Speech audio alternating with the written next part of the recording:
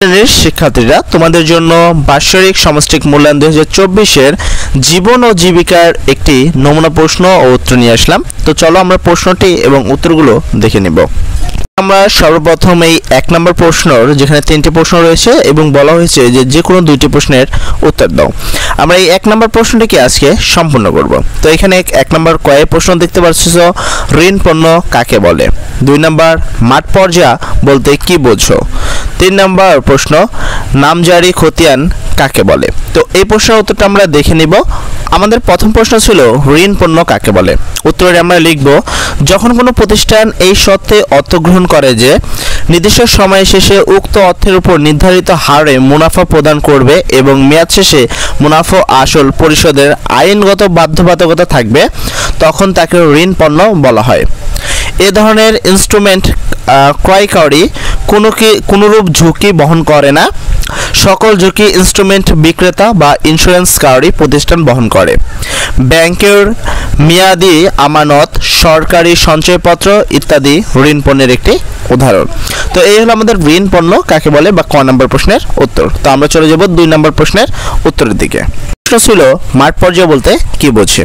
আমরা যদি এই প্রশ্নের উত্তরটা দেখি, জমি জরিপ করার সময় জমির মালিকদের একটি প্রাথমিকভাবে জমির তথ্য সংবলিত খতিয়ান প্রদান করা হয়ে থাকে।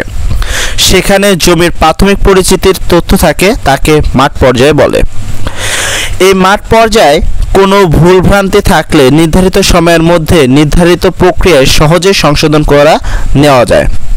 মাঠ পর্যায়ে জমি বিভাগে সিল দেওয়া হয়ে থাকে। এটা হলো আমাদের 2 নম্বর প্রশ্নের উত্তর। এবার আমরা আমাদের গ নম্বর প্রশ্নের উত্তরটা যদি দেখি নিই, সেখানে ছিল নামজারি খতিয়ান কাকে বলে। তো আমরা এই প্রশ্নের উত্তরটি খুবই সহজে বলতে পারি।